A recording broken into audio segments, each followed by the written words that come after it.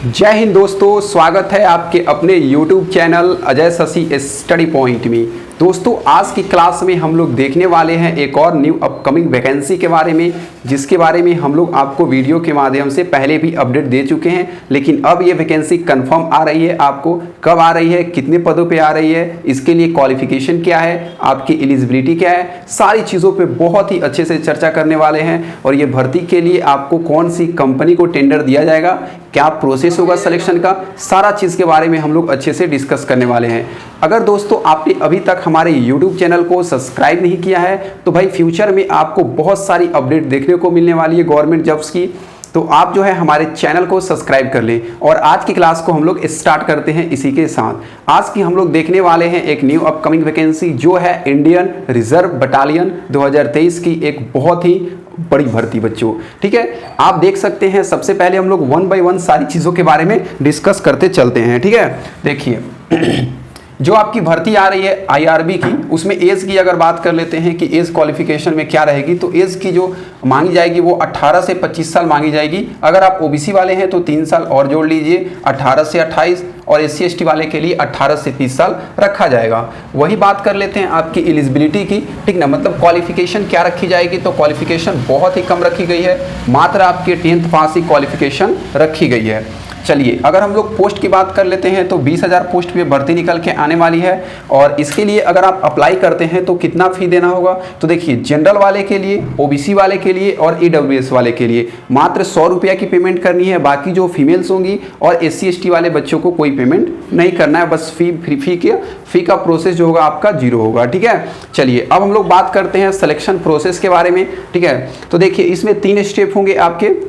पहला में आपका रिटन एग्जामिनेशन होगा। जब रिटन एग्जामिनेशन को आप सभी क्वालिफाई कर लोगे तो फिर PET और आपका PMT और PET दोनों होगा। ठीक है, उसके बाद आपका क्या होगा, फिर जब इसको क्वालिफाई कर लेते हो फिजिकल को, तो फिर आपकी होगी मेडिकल, और मेडिकल के दिन ही आपकी होगी डॉक्यूमेंट वेरिफिकेशन, और फिर फाइनली आपकी एक मेरिट लिस्ट तैयार की जाएगी और उसमें जो जिन बच्चों का रोल नंबर होगा वो बच्चे सेलेक्ट हो जाएंगे IRB के लिए। ठीक है, चलिए आपने इन सारी चीज़ों को देख लिया अच्छे से।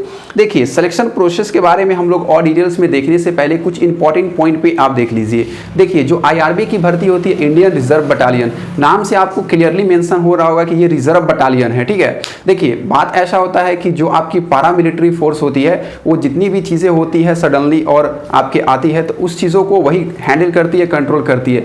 लेकिन कभी कभी ऐसा आपातकाल स्थिति आ जाती है हमारे देश के अंदर, तो उस जगह पे आपकी जो फोर्स होती है वो कौन काम आती है, तो वही IRB आपकी काम आती है, इंडियन रिजर्व बटालियन। उस समय जो है पैरामिलिट्री के वर्कलोड को थोड़ा सा कम करती है, उसको थोड़ा हेल्प करती है। ठीक है, तो देखिए MHA जो होती है वो आपको किसको हैंडल करता है, CAPF को करता है। और आपको ही पता है कि SSC GD के अंदर टोटल 8 से 10 विभाग आते हैं। जैसे बात कर लीजिए NCB आता है, SSF आता है, BSF आता है, CISF, CRPF आता है, असम राइफल, ITBP, NIA, इस तरह की सारी डिपार्टमेंट्स आपकी आती हैं। ठीक है, तो देखिए पहले जो था NCB जो था वो SSC GD में नहीं आता था। ठीक है, CAPF जो होती है SSC GD की भर्ती को कहते हैं, SSF भी नहीं आता था पहले, BSF भी नहीं आता था। ये सारी भर्तियां 2018 से पहले अलग अलग निकल के आती थी। ठीक है, लेकिन इसको क्या किया गया, कंबाइंड किया गया और CAPF को दे दिया गया। और CAPF को जो हैंडल करता है वो MHA हैंडल करता है। और यही जो भर्ती की सारी प्रक्रियाएं होती हैं, जो भी चीज़ें होती है छोटी सी बड़ी, वो सारी चीज़ें MHA के द्वारा ही कराया जाता है।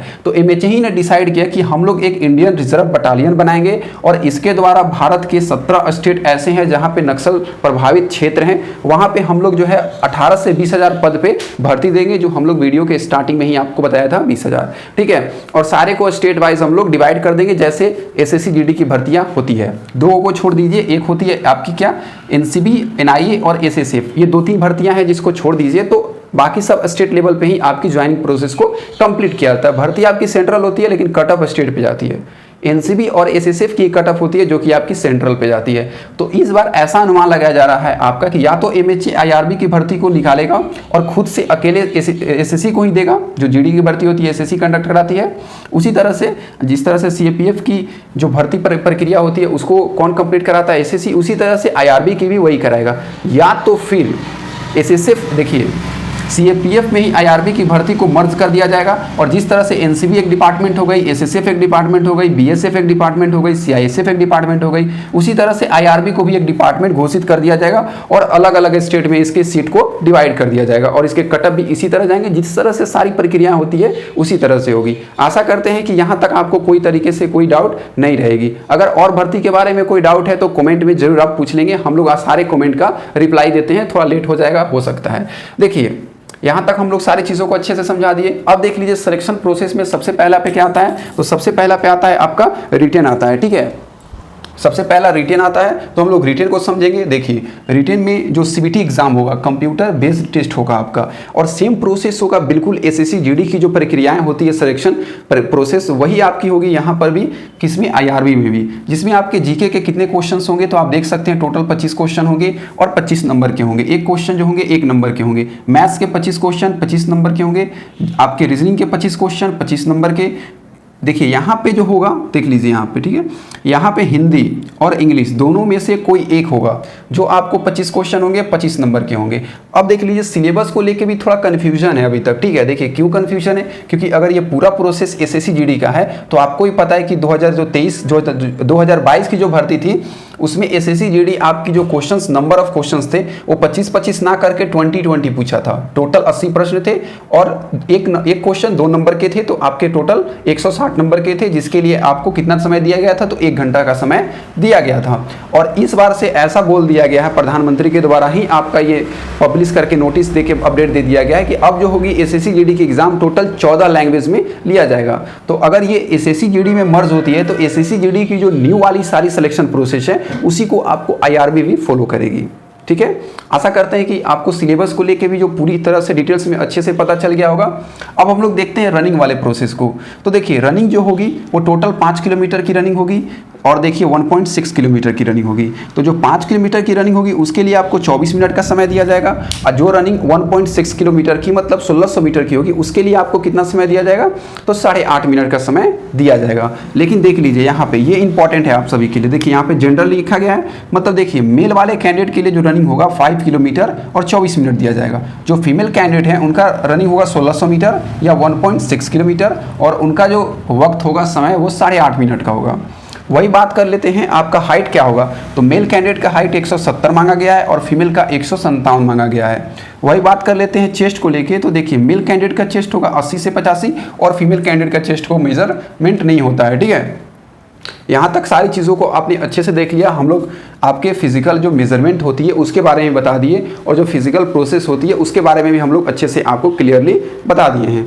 अब आपकी मेडिकल होगी, तो मेडिकल जो एसएससी जीडी की जैसे होती है बिल्कुल वैसे ही मेडिकल होगी। अगर ये एसएससी जीडी की तरह से ही आपका एमएचए इसको सीएपीएफ को दे देता है तो या तो अलग से होगी, तो नॉर्मल आपकी आईआरबी की जो मेडिकल होगी उसकी जो स्टैंडर्ड होगी, जो उस पर आपकी उसकी स्टैंडर्ड को जो तैयार किया जाएगा उसी के अकॉर्डिंग आपकी मेडिकल होने वाली है। ठीक है, चलिए यहाँ तक आपको कोई समस्या नहीं रहेगी। अब जो इंपॉर्टेंट चीज़ है आपके लिए वो है ऑनलाइन डेट की, कब से अप्लाई वगैरह हो सकता है। ठीक है, तो देखिए जो आईआरबी की भर्ती है इंडियन रिजर्व बटालियन की, उसकी ऑनलाइन डेट की बात कर लेते हैं। तो अभी फाइनली आपकी एसएससी जीडी की रिजल्ट को पब्लिश किया गया 20 अगस्त को। रिजल्ट तो आपकी फाइनली पब्लिश कर दी गई।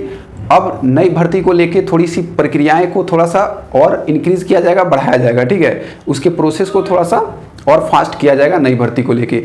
तो उसी समय आपको ये सोचा जाएगा कि जो आपका एमएचए है वो क्या करेगा, आईआरबी को सीएपीएफ की तरफ मर्ज करेगा या सीएपीएफ की जो जितनी भी विभाग होती है उसकी अलग भर्ती आएगी और आईआरबी की भर्ती अलग आएगी। फिर आपका डेट वगैरह को अनाउंस किया जाएगा, लेकिन जल्द से जल्द आपको डेट वगैरह देखने को मिलने वाली है। ठीक है, आप क्या करें कि अभी से प्रिपरेशन करें, क्योंकि अगर अलग अलग भर्ती आती है तो 2 मौके आपको मिलेंगे, एक आईआरबी के लिए मिलेंगे, चूंकि सिलेक्शन प्रोसेस तो सेम ही होगा, हमने आपको पहले ही बता दिया है। तो आपको टोटल 2 आपको अपॉर्चुनिटी मिलने वाली है, और नहीं तो फिर एक ही में आपको सीएपीएफ में ही आपको फाइट करनी होगी। ठीक है, जो भी होगा आपको आगे कोई अपडेट आती है इसके रिगार्डिंग ऑफिशियली तो हम लोग आपको वीडियो के माध्यम से बिल्कुल दे देंगे। ठीक है, आप बस स्टडी कीजिए, क्योंकि फाइनली आप जो है मेडिकल से जस्ट अभी बाहर हुए हैं 1-2 नंबर के लिए, तो और अच्छे से प्रिपरेशन कीजिएगा। तो बीएसएफ सीआरपीएफ की जगह ऐसा हो सकता है कि आपको एसएसएफ मिल जाए, एनसीयू मिल जाए, एनआईए मिल जाए, अच्छा डिपार्टमेंट भी मिल सकता है। तो चलिए दोस्तों, आज की क्लास को हम लोग यहीं खत्म करते हैं, फिर एक नई भर्ती के साथ आपको नए वीडियो में